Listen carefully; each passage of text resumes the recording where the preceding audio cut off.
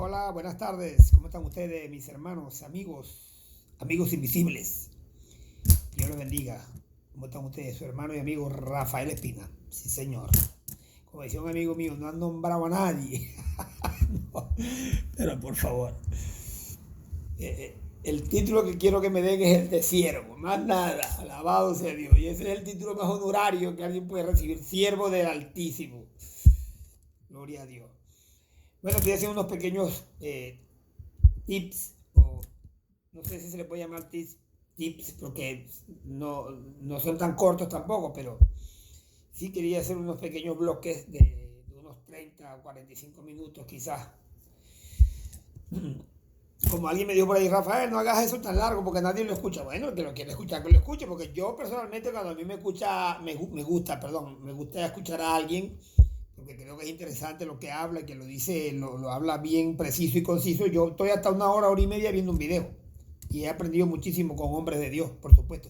Ahora, el que habla sandeces, el que habla tontería, yo no pierdo tiempo en eso. Por supuesto que no. Pero quería hablarles de la Biblia, nada más y nada menos que el libro de Dios, la Constitución del cielo, sí señor. Este maravilloso libro que tengo en mis manos y que cada uno de ustedes debe tener uno en su casa, donde está expresada la palabra de Dios, el objetivo medular y principal y máximo de Dios para el hombre, para el ser humano, que es la salvación de nuestras almas, el mensaje divino que vino del cielo hecho carne y que ahora lo tenemos aquí hecho, convertido en logos. Por eso que Jesús se llama yo soy en el principio era el verbo y el verbo era con Dios. Y de allá en Apocalipsis dice que cuando venga va a tener un escrito aquí en su muro que dice el verbo de Dios. Nosotros tenemos el verbo de Dios aquí, el logos, la palabra de Dios. Pero bueno, la gente dirá, bueno, entonces Jesucristo dijo que la palabra de Dios es espíritu, ¿no? Y cuando tú lees la Biblia, creyéndola y entendiendo que es la palabra de Dios, de ella emana un poder espiritual que es el mismísimo espíritu de la profecía. Pues. Ese espíritu que inspiró a los hombres de Dios a estudiar la Biblia, a escribir la Biblia, ese mismo hombre, ese mismo espíritu que ayudó a interpretar la palabra de Dios a través de las edades, es el mismo espíritu que hoy por hoy te ayuda a entender y a sacar de ella todos los misterios y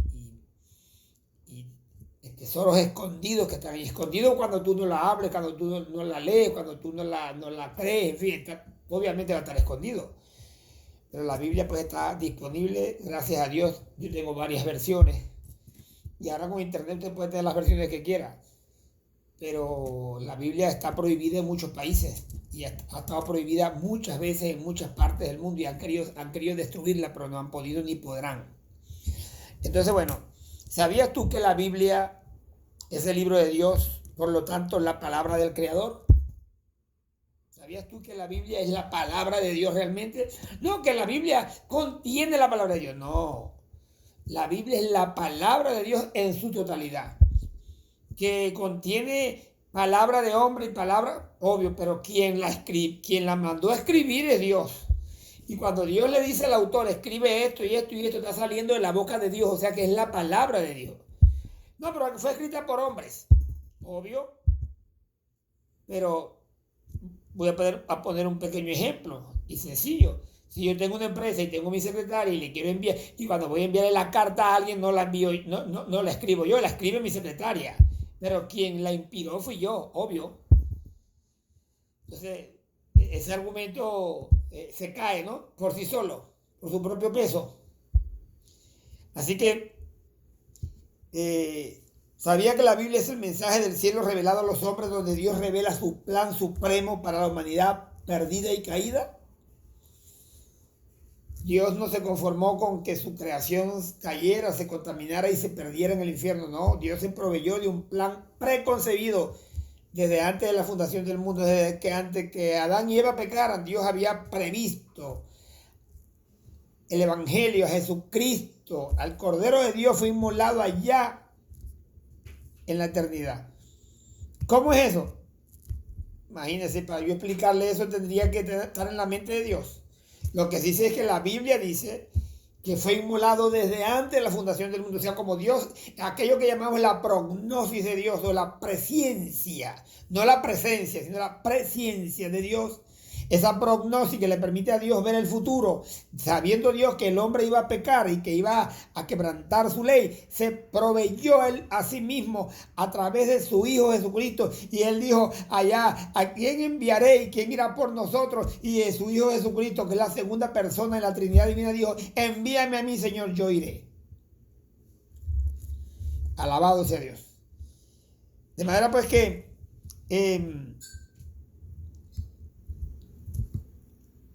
¿sabía usted que la Biblia tiene más de 4.500 años de antigüedad?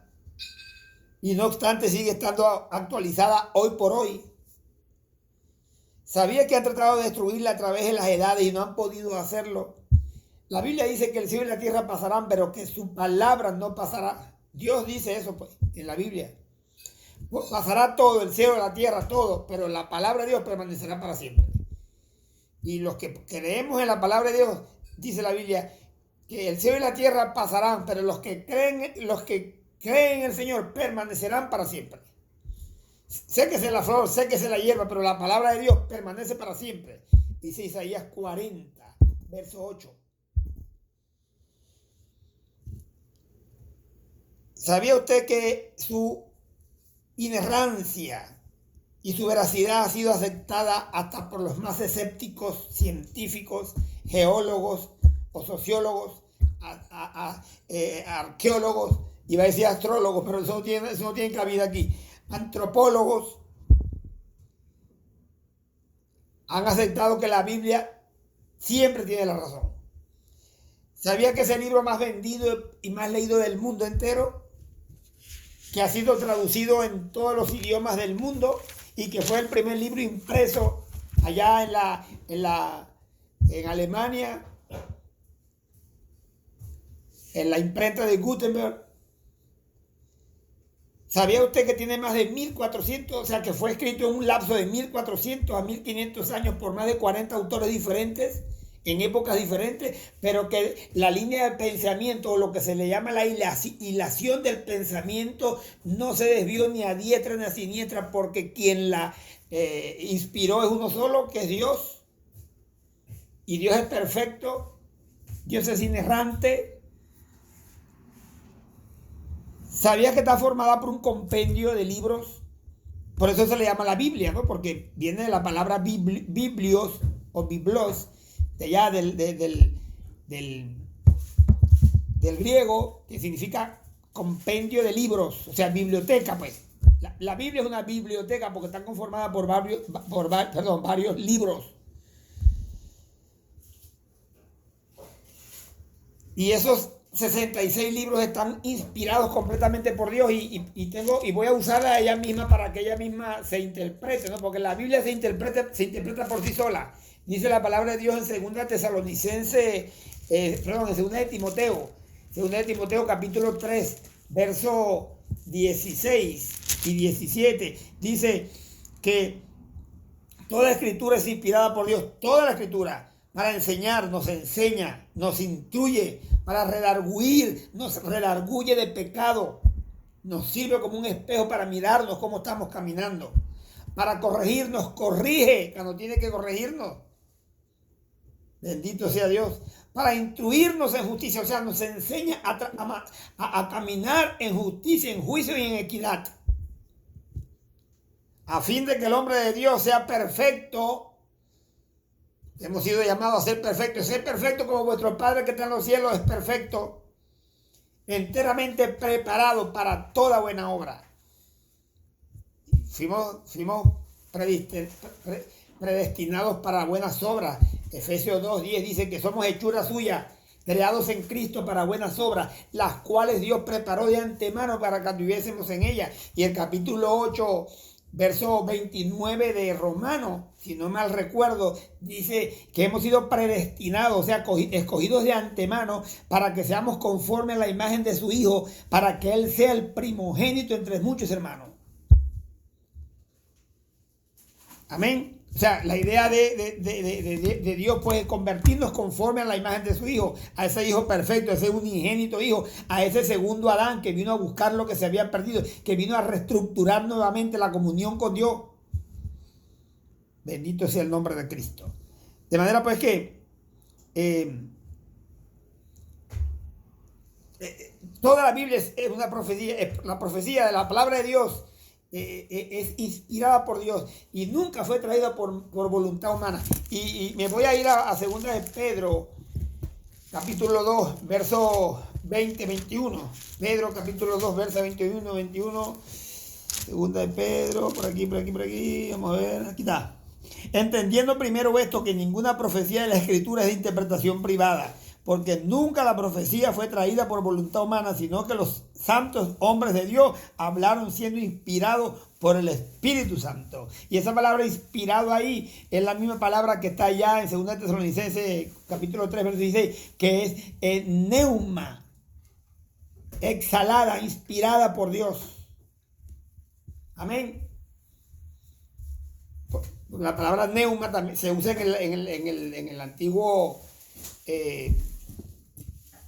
griego koine, como viento, como exhalación y también como espíritu. Por eso el Señor le dijo a Nicodemo allá en el capítulo 3, dice que escuchas el viento y ves que sopla y no sabes ni a dónde viene ni a dónde va, si tú es aquel que nació del espíritu. Hace esa analogía ahí entre el espíritu y el viento, ¿no?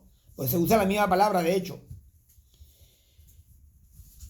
Y de hecho la palabra ruach, que es una palabra griega como se nombra el Espíritu Santo, la ruach hakodex, ruach también significa viento en el hebreo. Ahora bien, ¿sabía usted que está conformada por dos grandes partes? El Antiguo Testamento y el Nuevo Testamento. El Antiguo Testamento con 39 libros y el Nuevo Testamento con 27 libros, son 66 libros del compendio. Y fíjate esto, en el Antiguo Testamento están los primeros 5 libros que se llama Pentateuco.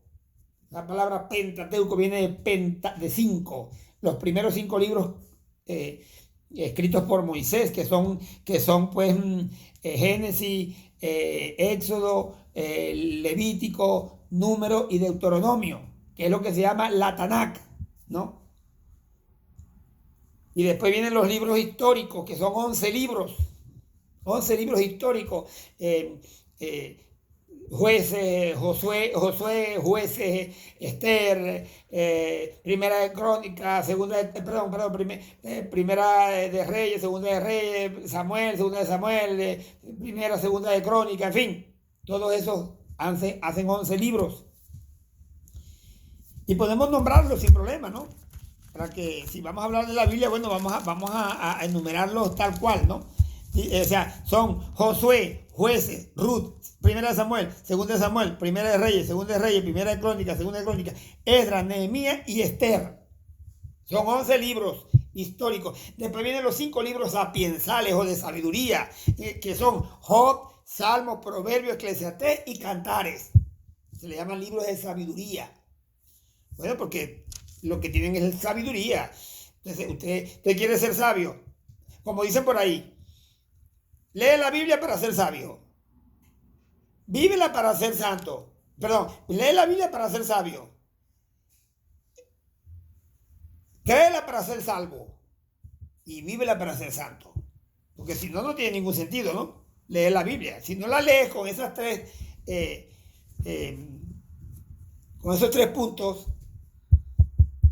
no estás haciendo nada. Definitivamente. Ahora mire bien. Ahora después vienen los 5 profetas mayores, que son Jeremías, Isaías, Jeremías, Lamentaciones, Ezequiel y Daniel. Y después vienen 12 libros, que son profetas menores. Se le llaman mayores y menores porque, bueno, estos tuvieron mayor relevancia, ¿no?, dentro del pueblo de Israel. Y fueron primeros, de hecho. Ahora bien, de los 12, de los menores son Oseas, Joel, Amós, Abdías, Jonás, Miqueas, Nahum, Habacuc, Sofonías, Ageo, Zacarías y Malaquías. Ahí terminan.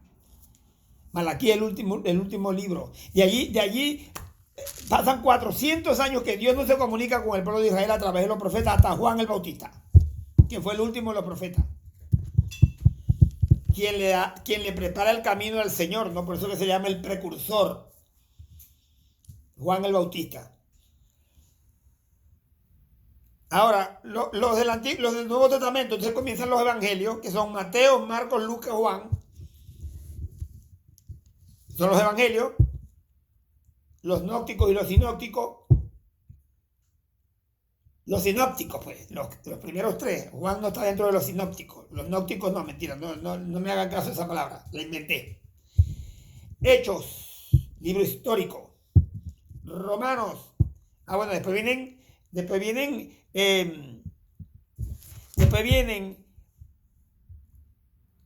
vamos a ver si me recuerdo, 14, creo que son, no, mentira, 14 o 16 cartas. Romanos, 1, 2, 3, 4, 5, 6, 7, 8, 9, 10, 11, 12, 13, 14, 15, 16, 17, 18, 19, 20, 21, 21 cartas. Voy a repetir. Romanos 1, 2, 3, 4, 5, 6, 7, 8, 9, 10, 11, 12, 13, 14, 15, 16, 17, 18, 19, 20, 21, hasta Judas. 21 cartas universales y personales. En eso está Romanos, Corintios, 1 y 2, Gálatas, Efesios, Filipenses, Colosenses, 1 Tesalonicenses, 2 Tesalonicenses, 1 Timoteo, 2 Timoteo, Tito, Filemón, Hebreo, Santiago, 1 de Pedro, 2 de Pedro, 1 de Juan, 2 de Juan, 3 de Juan y Judas. Y después viene el Apocalipsis, el libro profético por excelencia. Amén. Ahora fíjese bien. ¿Sabía que en ellas podemos conseguir la salvación de nuestras almas? Juan 5:39 dice, escudriñad la Biblia o escudriñad las Escrituras, porque a vosotros os parece que en ellas tenéis la vida eterna y son las que dan testimonio de mí. ¿Sabías que ella te muestra el amor de Dios? Juan 3:16, como lo dije anteriormente, de tal manera amó Dios al mundo que ha dado su Hijo unigénito para que todo aquel que crea no se pierda, sino que tenga vida eterna. Y el capítulo 5, verso 8 de Romanos dice, mas Dios muestra su amor para con nosotros, en que siendo nosotros pecadores, Cristo murió por nosotros. ¿Sabías que te enseña el camino que debes andar para ir al cielo? El único camino. Juan 14:6, yo soy el camino, la verdad y la vida, y nadie va al Padre sino por mí. No te evitas que no vas, si no buscas a Cristo, a Dios a través de Cristo. No te vistas que no vas a la vida eterna si no te conviertes en un hijo de Dios, convirtiéndote al Hijo de Dios. O sea, te conviertes en un hijo de Dios, convirtiéndote al Hijo de Dios. No es un juego de palabras, es la pura verdad. ¿Sabías que te dice la Biblia qué debes hacer para conseguir el camino, ese camino a Jesús y por ende la salvación? Romanos capítulo 10, versos 9 y 10, que si confesares con tu boca que Jesucristo es el Señor y creyeres en tu corazón que Dios lo levantó de los muertos, serás salvo, porque con el corazón se cree para la justicia, pero con la boca para salvación. Por eso con los evangélicos siempre hacemos un llamado, vengan aquí, hagan esta oración, no porque repitamos oraciones como los demás, no, sino que una oración modelo para llegarnos a Dios a través de esa pequeña oración, diciendo, Señor, perdóname, límpiame con tu sangre, inscribe mi nombre en el libro de la vida, conviérteme en tu hijo, papá. Esa es la manera. Pero ¿cómo? Con un genuino arrepentimiento. No de la boca para afuera, no. Porque la conversión es de adentro para afuera, no de afuera para adentro. ¿Y quién puede engañar a Dios? Dígame, usted puede llegar a una iglesia y levantar la mano y decir, sí, pero Dios conoce tu corazón. Dios sabe si tú eres sincero. Dios sabe si tú estás compungido de espíritu. Como dice la Biblia ya en el segundo capítulo el primer capítulo de Hechos. Segundo capítulo de Hechos en el Pentecostés, cuando el primer discurso evangélico de Pedro, dice que después que oyeron el mensaje, dice, se compungieron de espíritu. O sea, fueron redarguidos por el espíritu. O sea, fueron convencidos de pecado, de justicia, de juicio. Y le preguntaron a Pedro, varones, ¿qué debemos hacer? Y Pedro le dijo nada más y nada menos, arrepentidos y convertidos. para que sean borrados vuestros pecados y venga de parte del Señor tiempos de refrigerio. Arrepentidos y convertidos. O sea, me tengo que arrepentir y convertirme al Hijo de Dios para que Él me convierta en un hijo suyo. O sea, el Padre, pues. Para que Jesús sea el primogénito, el mayor de los hermanos. O sea, Jesús es nuestro hermano mayor, pues. Le demos respeto, consideración, porque es el primogénito. Yo recuerdo que antes, cuando estábamos muchachos, los hermanos menores, le pedíamos la bendición a los hermanos mayores. Se tenía un respeto, y a los padres ni hablar. Ahora no. Ahora los muchachos se comen a los padres y se los tragan y se los vomitan. Continúan a los hermanos mayores. Ahora bien, Efesios capítulo 2, versos 8 y 9 dice que por gracia soy salvo. O sea, ¿sabías tú que ofrece la salvación gratuitamente a través de la fe de Jesús? ¿Sabías tú eso? ¿Te lo han dicho? ¿Lo has escuchado? Efesios 2, 8, 9, ¿qué dice? Dice, porque por gracia soy salvo. O sea, un regalo inmerecido. No merecemos eso. No lo merecíamos. Un regalo inmerecido. Porque por gracia, chariz es la palabra. Regalo inmerecido. Porque por chariz soy salvo. ¿Por medio de qué? De la fe en Jesucristo. El autor y consumador de nuestra fe. Eso lo añado yo allí, que es lo que está allá en Hebreos 11:6, ¿no? Dice, puesto los ojos en Jesús, el autor y consumador de la fe. Bueno, ese Jesús, a través de esa fe es que yo soy salvo. No por obras, para que nadie se gloríe. Textualmente dice así. O sea, dice, porque por gracia soy salvo, por medio de la fe. Y esto no de vosotros, pues es don de Dios. O sea, la salvación, la fe, todo viene de Dios, para que nadie se gloríe. O sea, que nadie puede decir, yo estoy aquí en el cielo porque me gané la salvación, pues. Yo fui bueno y yo fui buen hijo, buen padre, fui ciudadano, pagué mis impuestos. No. Todo eso tienes que hacerlo, obvio, porque nadie puede decir que es salvo si no tiene obra. Porque Santiago dice que la fe sin obra es muerta, porque las obras son las obras es lo que identifica que un hombre es salvo. O sea, yo no soy salvo por mis obras, yo tengo obras porque soy salvo. ¿Correcto? En conclusión, la Biblia en la Biblia conseguimos el conocimiento de la vida eterna. ¿Qué es la vida eterna? Juan 17:3, ahí está todo. Y esta es la vida eterna, que te conozcan a ti, al único Dios verdadero, y a Jesucristo, al cual tú has enviado. Y la Biblia dice, mi pueblo pereció porque le faltó conocimiento. No conocieron a Dios, al Creador, al Padre, al Señor supremo, soberano, Rey de reyes, Señor de señores. Llevo 22 minutos, creo que lo voy a dejar hasta aquí. Era esa pequeña reflexión y ese pequeño tips de lo que es la Biblia. Por supuesto, es una vista panorámica de verdad que la palabra de Dios, porque la palabra de Dios es tan grande, tan profunda, tan inescrutable, que jamás creo que podremos llegarla a conocer, aunque estamos llamados a eso, ¿no? Sin duda, estamos llamados a conocer la Biblia a plenitud. Por eso que dice que conozcamos el amor de Dios, su altura, su anchura, su profundidad. Estamos llamados a eso, a la perfección.